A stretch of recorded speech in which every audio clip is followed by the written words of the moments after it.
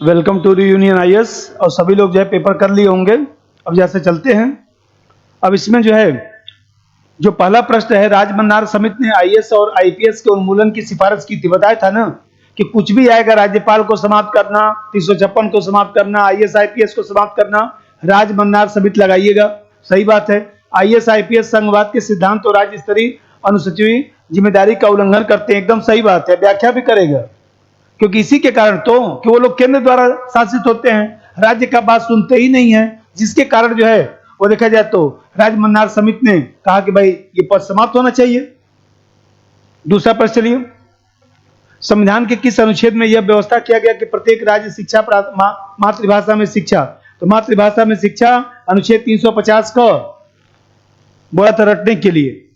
अंतर्राष्ट्रीय संधियों को भारत के किस भाग और संपूर्ण भारत में लागू करने के लिए संसद कोई भी कानून बना सकती है, ये बताइए। मैं बताया था कि चाहे केंद्र सूची हो, राज्य सूची हो, समवर्ती सूची हो, अवशेष शक्ति कहीं भी हो, अंतर्राष्ट्रीय संधि समझौते के लिए केंद्र सरकार ही कानून बनाएगा। तो यहाँ पर सभी राज्यों की सहमति से, बहुसंख्य राज्य की सहमति से, संबंधित राज्य की सहमति से, बिना किसी राज्य की सहमति से, सहमति की कोई जरूरत नहीं है। यहाँ पर वैसे ही बना सकता है, कोई समस्या की बात नहीं है।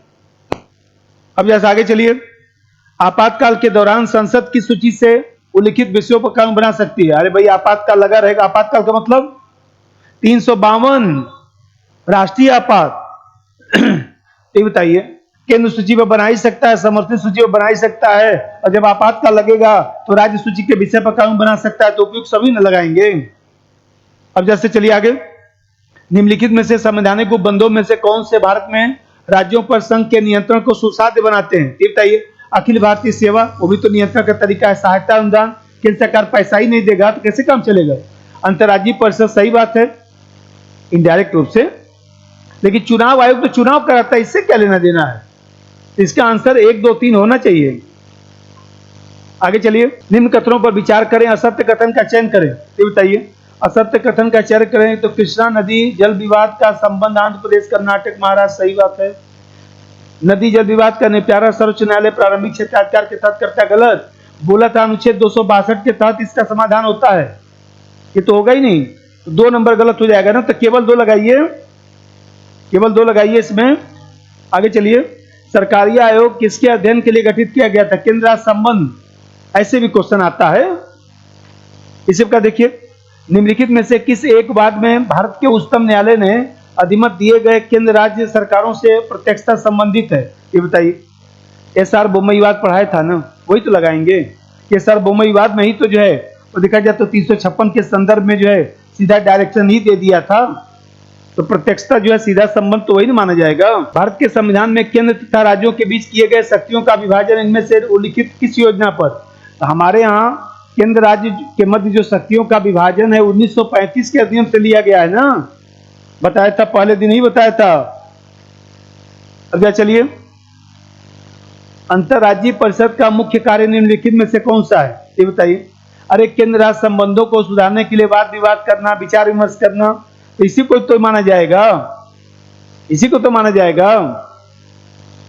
11 नंबर चलिए, राष्ट्रीय आपातकाल में लोकसभा की अवधि पढ़ाया था ना कि आपातकाल की समाप्ति तक बढ़ाई जा सकती है, लेकिन एक समय में केवल 1 वर्ष के लिए बढ़ाई जा सकती है, फिर बढ़ाना होगा, फिर बढ़ाया जा सकता है। मैं बताया था कि 1971 से 77 जो बढ़ाया गया था, एक बार लोकसभा का कार्यकाल बढ़ाया जा चुका है, इसका प्रयोग हो चुका है, ठीक है। 12 नंबर, निम्नलिखित में से कौन सा विषय समवर्ती सूची का है, पुलिस की सूची का है, राज्य सूची, आपराधिक मामले समवर्ती सूची, रेडियो टेलीविजन केंद्र सूची, विदेशी मामले केंद्र सूची, तो क्या लगाएंगे, बी, आपराधिक मामले। अब चलिए 13 नंबर, संघीय संसद राज्य सूची के विषय पर भी कानून बना सकती है। अच्छा, संघीय संसद राज्य सूची के विषय पर कानून बना सकती है अंतर्राष्ट्रीय समझौतों को प्रभावी बनाने हेतु, सही बात है। संबंधित राज्य की सहमति से भी बात सही है। राज्य की राष्ट्रपति शासन, ये भी सही है। राष्ट्रीय हित में जब राज्यसभा 2/3 बहुमत से 249, ये भी सही है। तो सब सही होना चाहिए मेरे समझ से, सभी चारों। आगे चलिए 14 नंबर, संघवाद विधायी वितरण के संबंध में निम्न कथनों पर विचार करें, असत्य कथन का चयन करें। संघ सूची में बीमा, विनिमय पत्र, आविष्कार, सही बात है, इस सूची में 30 ही है। राज्य सूची में गैस, पथकर मूल्य नियंत्रण नहीं होगा, ये समर्थित सूची में, यही गलत होगा।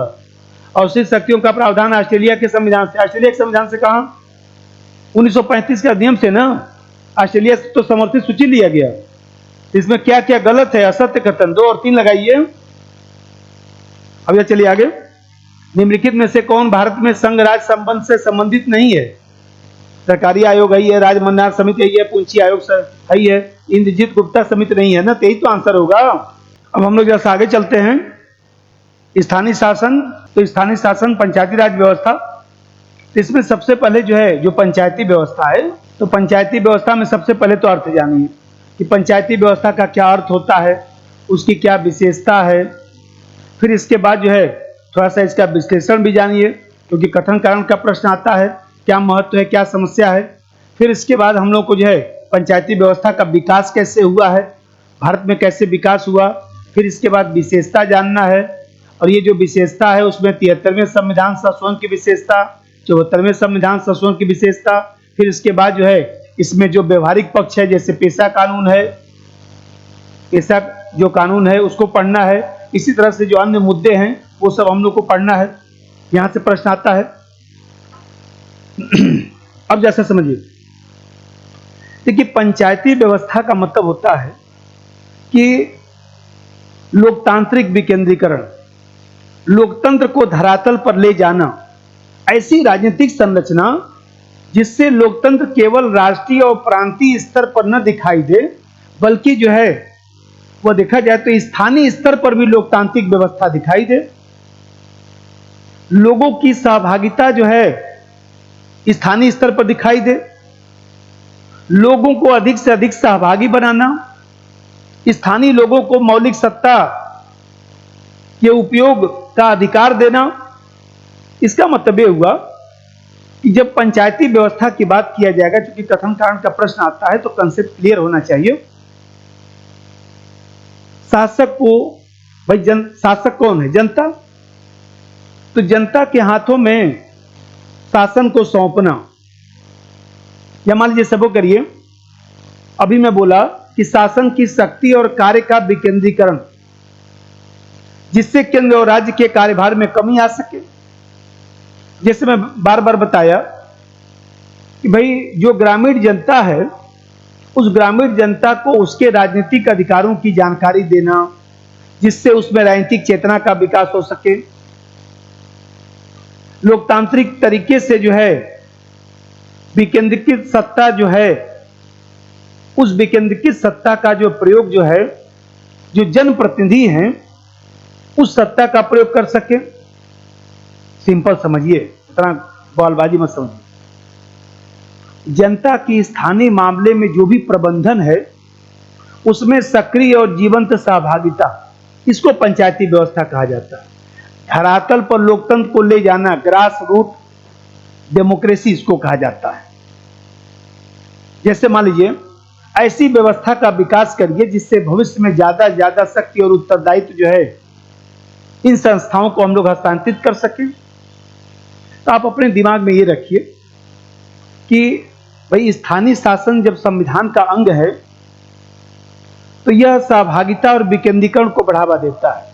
इसमें नीतिगत सहभागिता भी शामिल है, विकेंद्रीकृत नियोजन भी शामिल है। नीतिगत सहभागिता का मतलब यह है कि जनता को कल्याणकारी नीतियों से परिचित कराना, जिससे उनमें राजनीतिक सामाजिक चेतना का विकास हो सके, सरकार से जुड़ाव हो सके, जनता में राजनीतिक उत्तरदायित्व का भाव आ सके, तो हमारा लोकतंत्र स्थायी बन सकता है।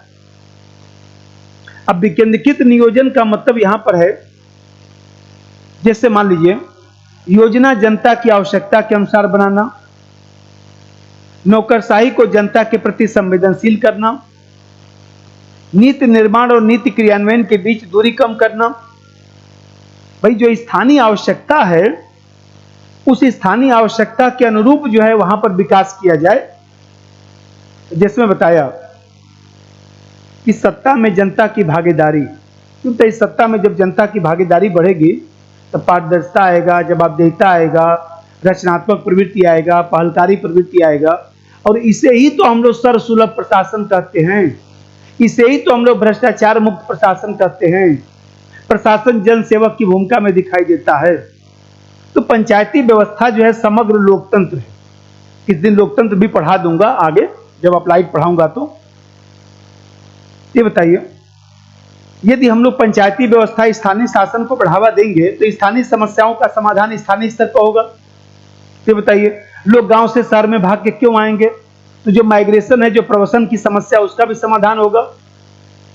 संसाधनों का अपव्यय भी नहीं होगा। लोग जागरूक होंगे तो शिक्षा भी ग्रहण करेंगे, जागरूक होंगे तो अन्य समस्याओं का भी समाधान करेंगे। तो ऐसी व्यवस्था जो है पंचायती व्यवस्था। लेकिन यहां पर ज्यादा मैं इसके बारे में नहीं बोलूंगा, क्योंकि कथन कारण का प्रश्न आता है तो उतना आपको समझ विकसित होना चाहिए। देखिए, जो लोकल सेल्फ गवर्नमेंट है, तो लोकल सेल्फ गवर्नमेंट का विकास जो है, जो आप लोग संगम साहित्य पढ़ते हैं हिस्ट्री में, चोल, विजयनगर साम्राज्य और क्या क्या सब पढ़ते हैं, तो वहां से ही शुरू होता है, जिसको आयंगर व्यवस्था कहा जाता था। और फिर आप लोग ध्यान होगा कि भारत में जो है 1864 में लॉरेंस ने एक प्रस्ताव जो है लाया था, लेकिन वो प्रस्ताव पारित हो नहीं पाया। 1870 में जो है लॉर्ड मेयो ने जो है एक कार्यात्मक और वित्तीय सहायता प्रदान करने के लिए एक व्यवस्था बनाया था, वह भी सफल नहीं हो पाया। और अंततः आप जानते हैं कि अंततः जो है 1882 में लॉर्ड रिपन मैं बनाता चलता हूं इसका विकास, जो विकास है पंचायती व्यवस्था का। तो आप देखते हैं कि विकास में जो है आपको ध्यान रखना है कि 1882 में लॉर्ड रिपन जो प्रस्ताव लाया था, तो लॉर्ड रिपन का जो प्रस्ताव था, तो आप जानते हैं कि स्थानीय शासन का जो है उसने एक प्रस्ताव बनाया था कि निर्वाचित निकाय होना चाहिए, उनकी भागीदारी होनी चाहिए, उस प्रस्ताव में लिखा गया था और प्रस्ताव जो है पारित भी हुआ था।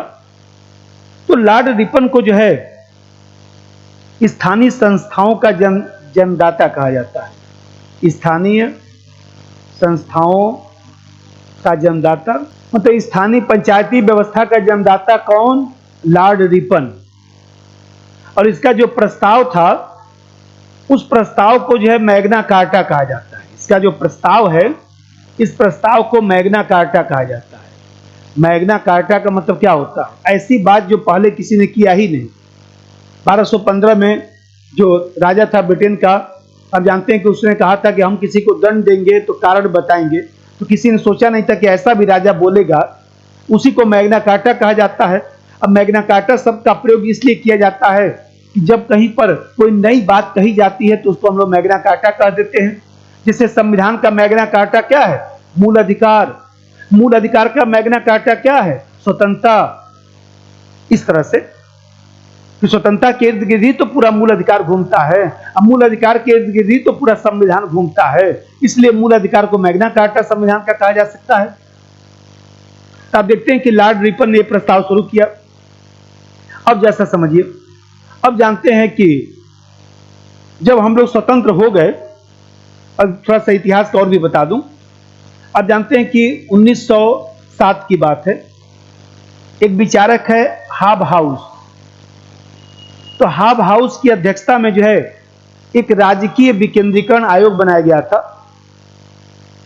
शाही आयोग, जिसको आप लोग हिस्ट्री में पढ़ते हैं। तो ये जो शाही आयोग बनाया गया था, इस शाही आयोग ने जो है अपनी रिपोर्ट प्रस्तुत की। तो आप जानते हैं कि अपनी रिपोर्ट इसने प्रस्तुत किया था 1909 में, लेकिन तब तक तो 1909 का अधिनियम आ गया था। तो जब 1909 का अधिनियम आ गया था, तो आप जानते हैं कि उस अधिनियम में तो शामिल हो नहीं पाया। इसने अपनी रिपोर्ट जो प्रस्तुत की थी 1909 में रिपोर्ट प्रस्तुत किया था। तो रिपोर्ट प्रस्तुत जब किया, तब जानते हैं कि उस समय अधिनियम 1909 का बन गया था, तो उसमें तो हुआ नहीं। लेकिन इसकी जो रिपोर्ट थी, इसी को 1919 के अधिनियम में 1919 के अधिनियम में इसी के रिपोर्ट को आधार बनाकर पहली बार पंचायती व्यवस्था को कानूनी मान्यता दिया गया था। यहां पर देख रहे हैं कि पहली बार जो है पंचायती व्यवस्था को पहली बार पंचायती व्यवस्था को कानूनी मान्यता, तो मैं कहूं कि किस अधिनियम में पंचायती व्यवस्था को कानूनी मान्यता दिया गया था, तो 1919 का अधिनियम। अब जानते हैं उसके बाद असम में, बिहार में, संयुक्त प्रांत, उत्तर प्रदेश, मद्रास आदि क्षेत्रों में इसको लागू कर दिया गया। और आप लोग हिस्ट्री पढ़ते होंगे कि द्वैध शासन के रूप में लागू किया गया था। भाई द्वैध शासन का मतलब कि एक राज्यपाल के पास जो विषय था आरक्षित विषय और दूसरा हस्तांतरित विषय था, तो हस्तांतरित विषय के रूप में जो है इसमें रखा गया था। और 1919 के अधिनियम में केंद्र सूची और राज्य सूची बनाया गया था। राज्य सूची में ही पंचायती व्यवस्था को रखा गया था और पंचायती व्यवस्था को जो है हस्तांतरित विषय के रूप में रखा गया था। चुनी गई जो सरकार थी उसके पास थी। तब देखते हैं कि 1919 के अधिनियम में जो पंचायती व्यवस्था को कानूनी स्वरूप में रखा गया, तो यहीं से कानूनी स्वरूप में जो है पंचायती व्यवस्था चलना शुरू हो गया। अब पंचायती व्यवस्था जब चलना शुरू हो गया, तो अब जैसा बताता हूं, अब इसके बाद 1935 का अधिनियम आया। 1935 का अधिनियम, अब जानते हैं कि 1935 का अधिनियम आया, उसमें जो है राज्यों में द्वैध शासन समाप्त हो गया। जब राज्यों में द्वैध शासन समाप्त हो गया, तो पंचायती व्यवस्था जो है वह राज्य सूची का विषय पूर्णतः बन गया। क्योंकि 1919 के अधिनियम में राज्यों में आंशिक उत्तरदायी सरकार थी, 1935 के अधिनियम में राज्यों में जो है पूर्णतः उत्तरदायी सरकार बना। इस तरह से राज्य सूची में शामिल हो गया। अब जानते हैं ये व्यवस्था, अब भाई 1935 का अधिनियम हम लोग क्या जो है, जब तक हमारा संविधान नहीं बना, मतलब लागू नहीं हुआ 26 जनवरी 1950, तब तक 1935 के अधिनियम के आधार पर ही हमारा शासन व्यवस्था चलता रहा। तो अब जानते हैं कि जब हम लोग आजाद हो गए, संविधान बन गया, तो संविधान लागू होने के बाद जरा सा बताता हूं कैसे विकास हुआ। संविधान लागू होने के बाद, अब जैसा समझिए, संविधान लागू होने के बाद जो है ये कहा गया कि हम लोग जो है वह सामुदायिक विकास कार्यक्रम लागू करते हैं। तो यहां पर देखते हैं कि ग्रामीण स्तर पर सामुदायिक विकास कार्यक्रम लागू किया गया। सामुदायिक विकास कार्यक्रम लागू किया गया। और शहरी स्तर पर राष्ट्रीय प्रसार सेवा योजना लागू किया गया। राष्ट्रीय प्रसार सेवा आयोजना लागू किया गया। तो ग्रामीण स्तर पर सामुदायिक विकास कार्यक्रम जो लागू किया गया, तो सामुदायिक विकास कार्यक्रम के जन्मदाता कौन, बोलिए जल्दी से, एसके डे। सामुदायिक विकास कार्यक्रम की जन्मदाता एसके डे। अब जानते हैं कि सामुदायिक विकास कार्यक्रम जो है 2 अक्टूबर 1952 को लागू कर दिया गया। और राष्ट्रीय प्रसार सेवा योजना जो है 1 साल के बाद लागू किया गया, 2 अक्टूबर 1953 को शहरी स्तर पर लागू कर दिया गया। तो संविधान लागू होने के बाद, आजादी के बाद ये व्यवस्था हमारा चलना शुरू हो गया, नई व्यवस्था चलना शुरू हो गया। अब जब नई व्यवस्था चलना शुरू हो गया, अब जैसा बताता हूं, अब यहां पर ध्यान रखिए कि ये व्यवस्था जब चलना शुरू हो गया, तो 1956 में 1956 की घटना है। सामुदायिक विकास कार्यक्रम की जांच करने के लिए बलवंत राय मेहता समिति बनाया गया। बलवंत राय मेहता समिति बनाई गई। तो बलवंत राय मेहता समिति किसकी जांच के लिए बनाया गया, सामुदायिक विकास कार्यक्रम की जांच के लिए। तो बलवंत राय मेहता समिति जब बनाई गई, तो आप जानते हैं किसने जो है 1957 में अपनी रिपोर्ट दिया था। और 1957 में रिपोर्ट दिया। अब बलवंत राय मेहता समिति ने कहा कि देखिए भाई, ऐसा है कि लोकतांत्रिक विकेंद्रीकरण लागू होना चाहिए, त्रिस्तरीय व्यवस्था लागू होनी चाहिए, ग्रामीण स्तर पर, ब्लॉक स्तर पर, जिले स्तर पर 3 तरह की व्यवस्था लागू होनी चाहिए, त्रिस्तरीय व्यवस्था लागू होनी चाहिए। फिर आप जानते हैं कि इसने कहा कि भाई चुनाव की व्यवस्था लागू होनी चाहिए। चुनाव की व्यवस्था लागू होनी चाहिए, इसका मतलब ये हुआ कि कहीं कहीं पंचायत को अधिकार दिया जाए, चुनाव की व्यवस्था लागू किया जाए। और इस तरह से बलवंत राय मेहता समिति ने ये सब अपनी रिपोर्ट में कहा, जो मैं आप लोगों के नोट्स में लिख रखा हूं। टेलीग्राम पर सभी लोग रीयूनियन आईएएस से जुड़ जाइए, और जुड़कर टेलीग्राम में पंचायती व्यवस्था का नोट्स भेज रखा हूं, तो भेज दिया हूं, उसमें को पहले देख लीजिए, उसमें से नोट कर लीजिएगा। अब जैसे देखिए, अब जब इसकी रिपोर्ट आ गई, तो 2 अक्टूबर 1959, इसी के बलवंत राय मेहता समिति की जो रिपोर्ट थी उसी को आधार बनाकर जो है कानूनी स्वरूप में पंचायती राज व्यवस्था लागू किया गया। आप जानते हैं कि पंचायती व्यवस्था जो है आजादी के बाद सबसे पहले कानूनी स्वरूप में कहां पर लागू हुआ? नागौर, राजस्थान। तो नागौर राजस्थान में जो है पंचायती व्यवस्था लागू हुआ। इसके बाद आंध्र प्रदेश में पूरे राज्य में लागू कर दिया गया 1959 में, नवंबर में ही। इसके बाद जो है आप जानते हैं कि 1960 में आसाम में, 1962 में तमिलनाडु में, यूपी में, बिहार में, 1963 में गुजरात में, तमाम जगहों पर इसको लागू कर दिया गया। अब जानते हैं कि जब यह व्यवस्था जो है पंचायती व्यवस्था 1959 में, अब पुनः हम लोग पंचायती व्यवस्था को लागू कर दिए जो आजादी के पहले चल रहा था।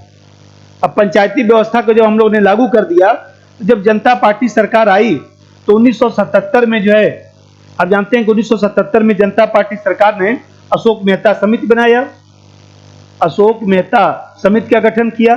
तो जनता पार्टी ने जो अशोक मेहता समिति का गठन किया, तो अशोक मेहता समिति ने 1978 में अपनी रिपोर्ट दिया। और जब रिपोर्ट दिया तब जानते हैं कि अशोक मेहता समिति ने भी कुछ सिफारिश किया था। तो अशोक मेहता समिति ने पहली सिफारिश ये किया कि द्विस्तरीय पंचायती व्यवस्था लागू होना चाहिए। बलवंत राय मेहता समिति ने 3 स्तरीय पंचायती व्यवस्था की बात किया था और इसने 2 स्तरीय पंचायती व्यवस्था की बात किया। तो द्विस्तरीय पंचायती व्यवस्था किसने बात किया? द्विस्तरीय पंचायती व्यवस्था की बात किया तो 2 स्तर कौन कौन से होंगे? जिला परिषद और दूसरा मंडल पंचायत। मंडल पंचायत मतलब ब्लॉक के लिए इसने मंडल शब्द का प्रयोग किया था, ग्राम का प्रयोग नहीं किया था, ध्यान रखिएगा। मंडल मतलब ब्लॉक। दूसरा सिफारिश इसने ये कहा कि राजनीतिक दलों की भूमिका को स्वीकार कर लिया कि चुनाव जो है दलीय आधार पर होना चाहिए।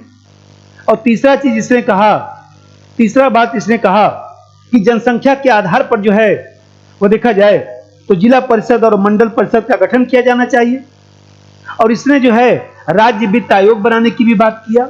जो राज्य वित्त आयोग सुनते हैं, इसी ने सबसे पहले सिफारिश किया था अशोक मेहता समिति ने, राज्य वित्त आयोग। ध्यान रखिएगा, पूछता भी है, नहीं पूछता है। द्विस्तरीय पंचायती व्यवस्था की सिफारिश किसने किया? अशोक मेहता। राज्य वित्त आयोग बनाने की बात किसने किया? अशोक मेहता। त्रिस्तरीय पंचायती व्यवस्था की बात किसने किया? बलवंत राय मेहता। लोकतांत्रिक विकेंद्रीकरण की बात किसने किया? अशोक मेहता। देखिएगा क्वेश्चन आया होगा, अब जैसा समझिए। अब इसके बाद आप जानते हैं कि जब अशोक मेहता समिति ने अपनी सिफारिश दे दिया, इसके बाद सरकार ने इसकी सिफारिश को नहीं माना। इसके बाद कांग्रेस की सरकार बन गई। इसके बाद अब जानते हैं 1985 में जीवीके राव समिति बनता है, जीवीके राव समिति। अब जानते हैं कि जीवीके राव जो समिति बना उसने भी अपना सिफारिश दिया कुछ। तो जीवीके राव समिति ने सिफारिश दिया, मैं आप लोग के नोट्स में लिखा भी हूं, 2-4 बोलता हूं। तो इन्होंने कहा कि भाई SC ST और महिलाओं को आरक्षण दिया जाना चाहिए, जिला परिषद को महत्व देना चाहिए और त्रिस्तरीय जो व्यवस्था है उसे ही चलने दिया जाए। लेकिन आप जानते हैं कि जीवीके राव समिति की सिफारिश को जो है सरकार ने स्वीकार नहीं किया। अब सरकार ने स्वीकार नहीं किया, तब जानते हैं कि फिर राजीव गांधी साहब की जब सरकार आई, तो राजीव गांधी साहब जो है चुनाव में ही कहते थे कि हमारी सरकार आएगी तो हम लोग जो है पंचायती व्यवस्था को संवैधानिक दर्जा देंगे। अब इसके बाद अब जानते हैं कि 1986 में 1986 में जो है राजीव गांधी साहब ने जो है LM सिंघवी की अध्यक्षता में, लक्ष्मीमल सिंघवी, LM सिंघवी की अध्यक्षता में जो है एक आयोग का गठन किया। अब LM सिंघवी की अध्यक्षता में जो आयोग बनाया गया, तब जानते हैं कि इस आयोग ने भी सिफारिश किया। इस आयोग ने जो सिफारिश किया कि पंचायती व्यवस्था को संवैधानिक दर्जा देना चाहिए, ग्राम, खंड और जिले स्तर पर जो है पंचायतों का गठन होना चाहिए। इसने कहा कि राज्य वित्त आयोग का गठन होना चाहिए। और इस तरह से देखा जाए तो इसने कहा कि भाई संवैधानिक दर्जा दे दिया जाए। अब सरकार ने तो सोचा नहीं था। अब जानते हैं इसके बाद जो है LM सिंघवी साहब ने जब ये कह दिया कि संवैधानिक दर्जा दे दिया जाए, तो 1988 में अब जानते हैं कि एक समिति बनाई गई थी, PK थुंगन समिति। PK थुंगन समिति। तो PK थुंगन समिति जो बनाई गई थी, उनसे कहा गया कि भाई जरा से बताइए कि एल.एम. सिंघवी साहब सही बात कर रहे हैं कि नहीं। तो पी.के. थुंगत साहब ने भी कह दिया कि संवैधानिक दर्जा दिया जाए। अब जानते हैं कि जब संवैधानिक दर्जा देने की बात हो गई तब तो सरकार पर दबाव बन गया। अब सरकार ने जो है, आप जानते हैं कि सरकार ने 2 विधेयक बनाया, एक तो 64वां संविधान संशोधन 1989 और दूसरा जो है 65वां संविधान संशोधन 1989। अब जानते हैं कि 2 संविधान संशोधन बनाया गया, लेकिन आपको ध्यान होगा कि लोकसभा से तो पारित हो गया, राज्यसभा से पारित नहीं हो पाया। तो 64वां जो है पंचायती व्यवस्था के लिए बनाया गया था, पंचायती व्यवस्था के लिए, अब 65वां जो है नगर निकाय के लिए बनाया गया था। और इस तरह से दोनों संशोधनों को रखा गया। लोकसभा से पारित हुआ, राज्यसभा से पारित नहीं हो पाया, संशोधन नहीं हो पाया। अब जब जानते हैं कि फिर चुनाव हुआ और चुनाव के बाद फिर सरकार आती है। अब चुनाव के बाद जब सरकार आती है तो फिर आप देखते हैं कि फिर जो है पी.वी. नरसिम्हा राव साहब प्रधानमंत्री बनते हैं। अब फिर 73वां संविधान संशोधन 1992 और फिर जो है 74वां संविधान संशोधन 1992, ये 2 संशोधन फिर बनाया गया। तो 73वां संविधान संशोधन जो है वो पंचायती व्यवस्था के लिए बनाया गया, पंचायती व्यवस्था के लिए बनाया गया। और फिर जो है 74वां संविधान संशोधन जो है नगर निकाय के लिए बनाया गया, नगर निकाय के लिए बनाया गया। अब जानते हैं कि अब नगर निकाय के लिए बनाया गया तो पंचायती व्यवस्था का जो संशोधन हुआ, संशोधन तो हो गया, इसमें संशोधन कैसे हुआ था? विशेष बहुमत, लोकसभा और राज्यसभा से विशेष बहुमत से पारित और आधे से ज्यादा राज्यों का अनुसमर्थन, ये ध्यान रखिएगा। 24 अप्रैल को यह संशोधन लागू हुआ, 24 अप्रैल 1993 से लागू हुआ। तभी तो आप देखते हैं कि पंचायती दिवस कब मनाया जाता है? 24 अप्रैल।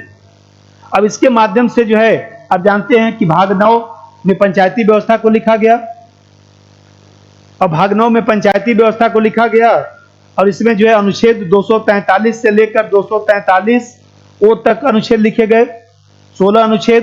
तो इसमें जो है 16 अनुच्छेद लिखे गए और फिर एक अनुसूची लिखी गई। एक अनुसूची कौन सी? बोलिए जल्दी से। 11वीं अनुसूची। 11वीं अनुसूची में कितने विषय? 29 विषय। ये भी तो पूछता है, 29 विषय भी लिख डालिएगा कॉपी में, आजकल वो भी पूछता है कि कौन सा विषय नहीं है। अब जैसे समझिए, अब यहां पर जो नगर निकाय के लिए जो है आप जानते हैं कि भाग 9 का जोड़ा गया। अब भाग 9 का जोड़कर जो है इसको कब लागू किया गया था? 1 जून 1993 से लागू, 1 जून 1993 से लागू। और फिर इसमें कितने अनुच्छेद हैं?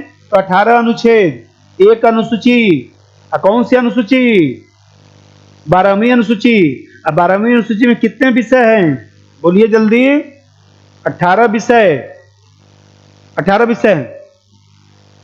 और यहां पर जो भाग 9 क में जो अनुच्छेद है वो 243 पी से लेकर 243 जेड जी तक, 243 पी से लेकर 243 जेड जी तक कितने अनुच्छेद? 18 अनुच्छेद। एक बार देख लीजिएगा बेयर एक्ट में। अब देखिए थोड़ा सा ये भी ध्यान रखना चाहिए कि 243 ए है, 243 ए है तो क्या है? ग्राम सभा इसमें है, ये भी मिलाने को आता है। 243 डी है तो क्या है? स्थानों का आरक्षण है। 243 जी है तो क्या है? पंचायतों की शक्तियां हैं। 243 आई है, इसमें क्या है? राज्य वित्त आयोग है। 243 समझ गए ये चीज। 243 के है तो क्या है? पंचायतों का निर्वाचन है। इस तरह से भी ध्यान रखना चाहिए। और इसी तरह से उधर भी जाकर ध्यान रखना चाहिए। इस वाले में इसका कहाँ उल्लेख है? इससे मान लीजिए हम करते हैं इसी के पैरेलल उधर जब पढ़ेंगे तो 243 जो है वो टी है, तो इसमें स्थानों का आरक्षण है। 243 डब्ल्यू है, इसमें नगर पालिका की शक्ति है। 243 वाई है तो राज्य वित्त आयोग है। 243 जेड ए है तो इसमें जो है नगर पालिका का निर्वाचन है। या तो इधर से पूछता है या तो इधर से पूछता है, तो उन दोनों को ध्यान रखिएगा। अब समझिए, एक तो ये चार्ट सब ध्यान रखिएगा, यहां से प्रश्न आता है, ये सब याद होना चाहिए आप लोग। अब हम लोग थोड़ा सा जो है आगे बढ़ते हैं। 73वें संशोधन की विशेषता। 73वें संशोधन की विशेषता।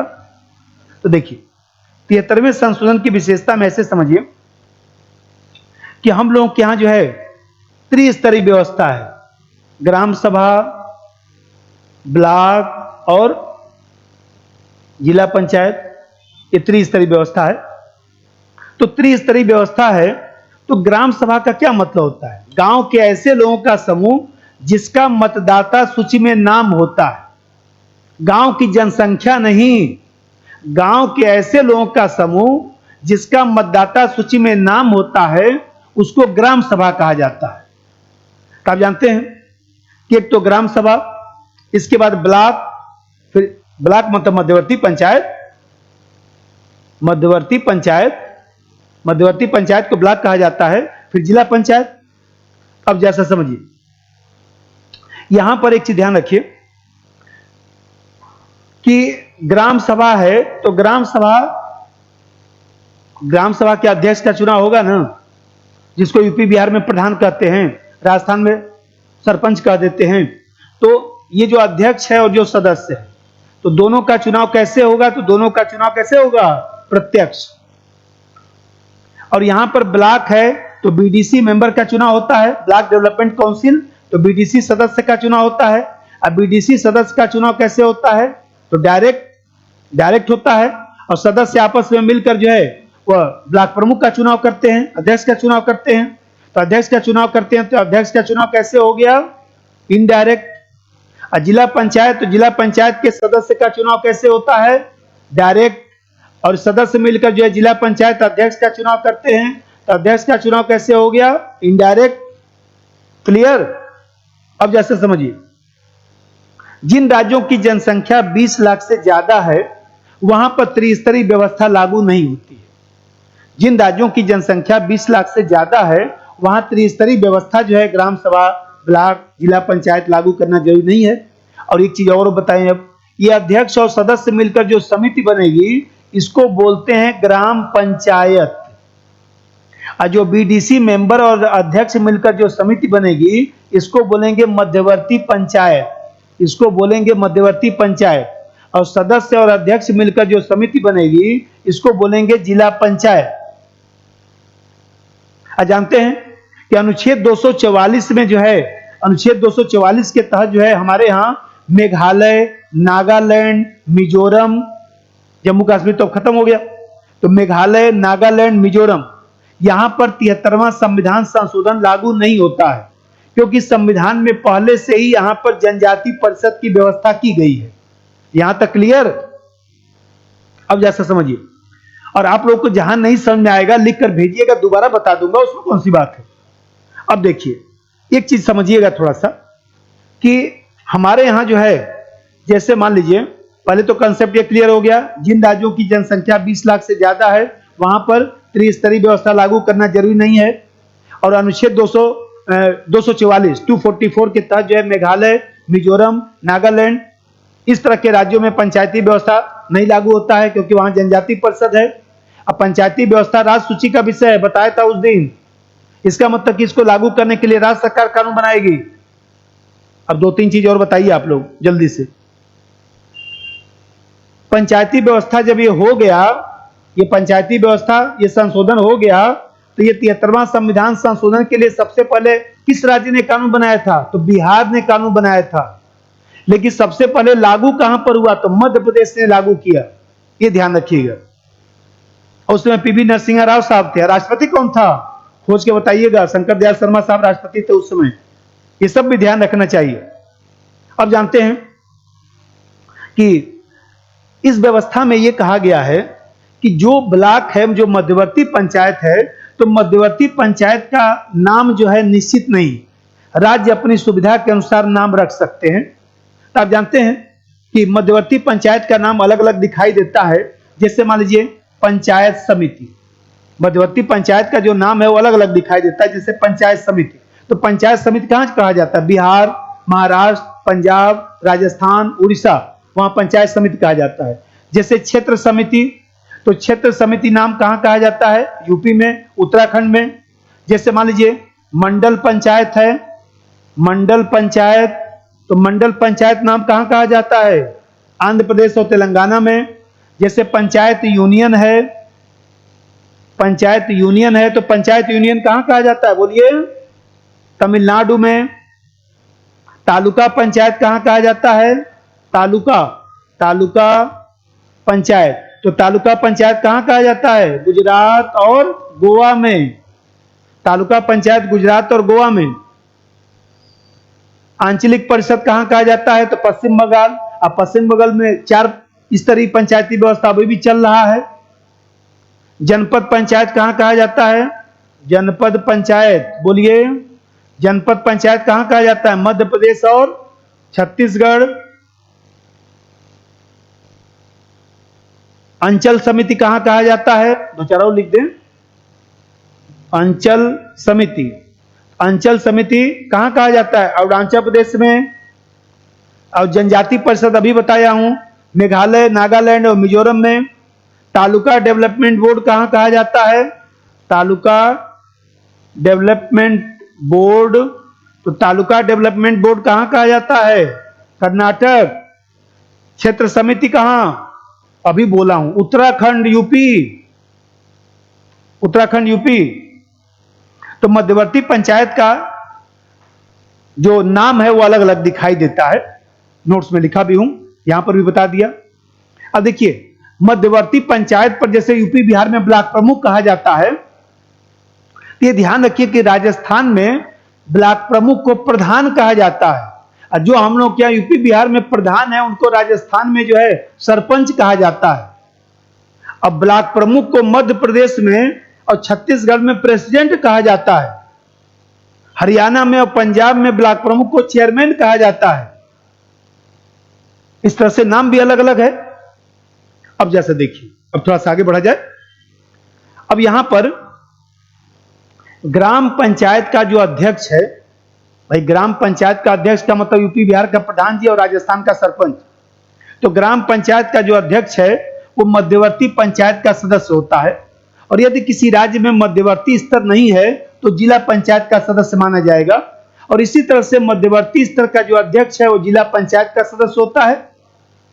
ये कंसेप्ट क्लियर?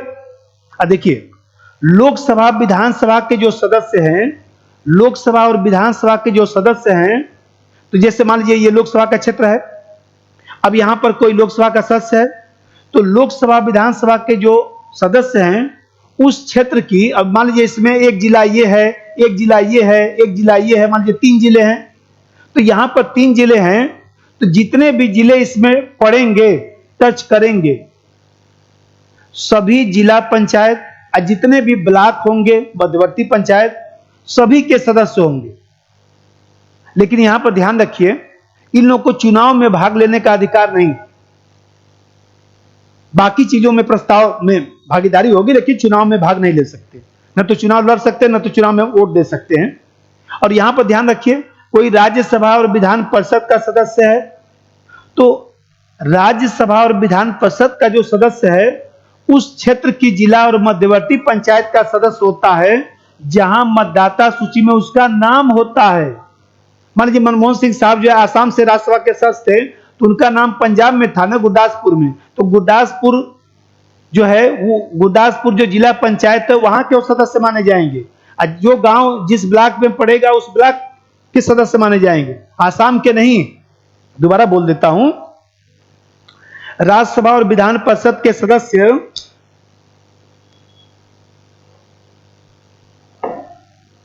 राज्यसभा विधान परिषद के सदस्य उस क्षेत्र की जिला तथा मध्यवर्ती पंचायत के सदस्य होते हैं जहां मतदाता के रूप में उनका नाम रजिस्टर होता है। और बताया कि बैठक में भाग ले सकते हैं, प्रस्ताव में भी भाग ले सकते हैं, चुनाव प्रक्रिया में भाग नहीं ले सकते। अब समझिए जरा सा आगे। अब आरक्षण व्यवस्था समझिए। आरक्षण व्यवस्था, तो आरक्षण व्यवस्था में 3 चीज समझना है। एक तो महिला आरक्षण समझना है, एक SC ST का आरक्षण समझना है, एक OBC का आरक्षण समझना है। अब देखिए, संविधान में पंचायत के सभी स्तरों में न्यूनतम 1/3 आरक्षण महिलाओं को दिया गया है। लेकिन राज्य कानून बनाकर ज्यादा भी आरक्षण दे सकता है, जैसे हिमाचल प्रदेश में, बिहार में, मध्य प्रदेश में, उत्तराखंड में, तमाम राज्यों में जो है वो देखा जाए तो 50% आरक्षण दिया गया है। यूपी में 50% नहीं है। और यह आरक्षण कहां पर लिखा गया है? तो संविधान में लिखा गया है। और कब तक लागू है? तो अनिश्चित काल के लिए लागू है। और SC ST का जो आरक्षण है, राज्य में जनसंख्या के आधार पर आरक्षण दिया जाता है। जितनी जनसंख्या होगी उतना दिया जाएगा। यहां तक क्लियर? और यह आरक्षण प्रत्येक 10 वर्ष पर बढ़ता है। बताया था ना, 104वां संविधान संशोधन 104वां संविधान संशोधन द्वारा 2020 से बढ़ाकर 2030 कर दिया गया है। तो प्रत्येक 10 वर्ष पर यह बढ़ता रहता है। और कितना दिया जाएगा? तो राज्य में जितनी जनसंख्या SC ST की होगी उतना दिया जाएगा। और OBC आरक्षण जैसा समझिए, तो OBC आरक्षण जो है राज्य सरकार के ऊपर छोड़ दिया गया है। राज्य सरकार कानून बनाकर OBC आरक्षण दे सकती है। जैसे यूपी में जो है कानून बनाकर 2000 में OBC आरक्षण दिया गया। अभी राजस्थान में भी कानून बना था OBC आरक्षण पंचायती व्यवस्था के लिए, देखे होंगे आप लोग, 1 महीने के भीतर ही की घटना है। एक तो आरक्षण की व्यवस्था हो गया। अब यहां पर योग्यता के जैसा समझिए। देखिए, योग्यता में पहला तो चीज है उम्र। तो पंचायत में चुनाव लड़ने के लिए उम्र कितना? 21 वर्ष, 25 मत लगा दीजिएगा। और MLA बनने की योग्यता आयु छोड़कर, और राज्य विधानमंडल द्वारा बनाई गई विधियां, जैसे मान लीजिए हम कहते हैं कि हरियाणा में शैक्षणिक योग्यता की शर्त लागू की गई है। पंचायत में जो चुनाव लड़ेगा उसको जो है 5 पास होना चाहिए, या मान लीजिए मध्यवर्ती स्तर पर 8 पास होना चाहिए, वहीं पर लागू है। पहले राजस्थान में भी शैक्षणिक योग्यता लागू किया गया था, लेकिन उसको समाप्त कर दिया गया। इस समय केवल हरियाणा में शैक्षणिक योग्यता लागू है और किसी राज्य में शैक्षणिक योग्यता लागू नहीं। तो राज्य सरकार चाहे तो कानून बनाकर शैक्षणिक योग्यता लागू कर सकता है। अब जैसा समझिए कि कार्यकाल क्या है। कार्यकाल क्या है? तो देखिए भाई, कोई भी चुनाव है, तो जैसे मान लीजिए पंचायत, ये पंचायत की जो पहली बैठक है, पंचायत की जो पहली बैठक है, इस पहली बैठक से 5 वर्ष के लिए पंचायत का गठन होता है। अब यहां पर ध्यान रखिए कि पंचायत का जो गठन होता है, तो लास्ट का जो 6 माह है, यहां पर यदि विघटन होगा तो 6 माह के भीतर चुनाव कराना जरूरी नहीं। यदि यहां पर विघटन होगा तो 6 माह के भीतर चुनाव कराना जरूरी नहीं। लेकिन यहां पर यदि विघटन होगा, यहां पर विघटन होगा तो 6 माह के भीतर चुनाव कराना जरूरी है। और चुनाव होगा तो शेष अवधि के लिए होगा। मान लीजिए यहां पर चुनाव हुआ तो इस शेष अवधि के लिए होगा, 5 वर्ष के लिए नहीं होगा। ये ध्यान रखिएगा। क्लियर? और यहां पर ध्यान रखिए कि जैसे मान लीजिए राज्य वित्त आयोग बनाया जाता है, 243 आई, तो राज्य वित्त आयोग भी संवैधानिक संस्था है। इसका गठन राज्यपाल प्रत्येक 5 वर्ष पर मंत्रिपरिषद की सलाह पर करता है। पंचायत और राज्य के बीच धन का बंटवारा करना, सहायता अनुदान की सिफारिश करना, पंचायत की वित्तीय स्थिति सुधारने के लिए राज्य सरकार को सलाह देना। और जो राज्य वित्त आयोग होता है उसका प्रतिवेदन जो है वो देखा जाए तो प्रत्येक वर्ष विधान मंडल में रखा जाता है। और यहां पर जो है आप जानते हैं कि राज्य वित्त आयोग की जो सलाह है उसको राज्य सरकार मानने के लिए बाध्य नहीं है। और राज्य वित्त आयोग चाहे तो राज्यपाल को जो है, राज्यपाल को जो रिपोर्ट देता है तो उसको विधानमंडल में रखवाया जाता है। और राज्यपाल चाहे तो अन्य चीजों के लिए भी कह सकता है कि आप रिपोर्ट दे दीजिए। ठीक है। अब यहां पर एक चीज ध्यान रखिए, जो पंचायत की शक्ति है, राज्य विधानमंडल को जो पंचायत की शक्तियों के संदर्भ में कहा गया है, उसमें आपको 2 चीज ध्यान रखना है। एक तो ध्यान रखना है कि राज्य विधानमंडल को जो शक्ति दिया गया है, तो ऐसी स्थिति में जो है राज्य सरकार कानून बनाता है। और राज्य सरकार कानून बनाता है तो यह शक्ति 3 संदर्भों में है। आर्थिक विकास और सामाजिक न्याय के लिए योजना तैयार करना, और दूसरा है आर्थिक विकास और सामाजिक न्याय से संबंधित जो कार्यक्रम है उसको क्रियान्वित करना, और तीसरा चीज है 11वीं अनुसूची में 11 शेड्यूल 11वीं अनुसूची में लिखे गए 29 जो विषय हैं उस संदर्भ में जो भी विधानमंडल कानून बनाएगा विषय चाहे तो हस्तांतरित कर सकता है। तो इसके संदर्भ में जो इसको पंचायत को शक्ति, मतलब 11वीं अनुसूची में जो 29 विषय लिखा गया है, जब तक राज्य सरकार कानून नहीं बनाएगा उस 29 विषयों में से हस्तांतरण नहीं होगा। जैसे राजस्थान में 5 विषयों का हस्तांतरण है, जैसे आंध्र प्रदेश में 7 विषयों का हस्तांतरण है, यूपी में अभी हस्तांतरण नहीं हुआ है, इस तरह से। और एक चीज ध्यान रखिएगा कि यहां पर जो पंचायत का चुनाव होता है, मैं चुनाव पढ़ाते समय बताया भी था कि पंचायत का जो चुनाव होता है वो राज्य निर्वाचन आयोग द्वारा कराया जाता है। स्टेट इलेक्शन कमिश्नर और सामान्यतः एक सदस्यीय संस्था है, और राज्य विधानमंडल जो है पंचायत के चुनाव के लिए कानून बनाता है, और जो राज्य निर्वाचन आयुक्त होता है उसकी नियुक्ति मंत्रिपरिषद की सलाह पर राज्यपाल करता है। और राज्य निर्वाचन आयुक्त को हटाने की वही प्रक्रिया है जो हाई कोर्ट के न्यायाधीश को हटाने की प्रक्रिया है। अब पंचायत के निर्वाचन को अर्जी द्वारा प्रश्नगत किया जा सकता है, लेकिन यह मामला ऐसे प्राधिकार को सौंपा जाता है जो राज्य विधानमंडल कानून द्वारा निश्चित करे। इसका मतलब कि जो आरओ है, रिटर्निंग ऑफिसर है, पहले उसके पास मामला जाता है, उसके बाद ही आप न्यायालय में जा सकते हैं। एक चीज ध्यान रखिए, पंचायत के चुनाव की अधिसूचना कौन जारी करेगा? उस दिन बताया था, जल्दी से बोलिए। राष्ट्रपति और उपराष्ट्रपति। राष्ट्रपति और उपराष्ट्रपति के चुनाव की अधिसूचना कौन जारी करता है? Election commission. लोकसभा के चुनाव की अधिसूचना कौन जारी करता है? राष्ट्रपति। राज्यसभा के चुनाव की अधिसूचना कौन जारी करता है? राष्ट्रपति। विधानसभा विधान परिषद के चुनाव की अधिसूचना कौन जारी करता है? गवर्नर। और फिर जो स्थानीय चुनाव है उसके चुनाव की अधिसूचना कौन जारी करेगा? गवर्नर। तो यहां पर पंचायत के चुनाव की अधिसूचना जारी हो गई है, चुनाव की प्रक्रिया प्रारंभ हो गई है, तो न्यायालय उसमें हस्तक्षेप नहीं कर सकता है। बीच में न्यायालय कोई हस्तक्षेप नहीं कर सकता है। और यहां पर समझिए, पंचायत के चुनाव के संदर्भ में समस्त कानून कौन बनाएगा? राज्य विधानमंडल, संसद से कोई मतलब नहीं। और राज्य चुनाव आयोग का जो है इधर भी कोई मतलब नहीं, दोनों अलग अलग संस्थाएं हैं। अब यहां पर समझिए, जब ये समझ गए, जैसे राज्य वित्त आयोग के बारे में बता दिया, पंचायत की शक्तियों के बारे में बता दिया, कि पंचायत की शक्तियों के बारे में बताया हूं ना, कि राज्य विधानमंडल को शक्ति दिया गया है कि वह पंचायत को ऐसा शक्ति और प्राधिकार देगा जो स्वायत्त शासन के रूप में कार्य करने के लिए उसको समर्थ बना पाएगा। और इस संदर्भ में जो है मैं अभी 3 कार्य बोला हूं कि आर्थिक विकास और सामाजिक न्याय वाला जो बोला हूं, और राज्य जो वित्त आयोग है, राज्य जो वित्त आयोग है उसका गठन राज्यपाल करता है।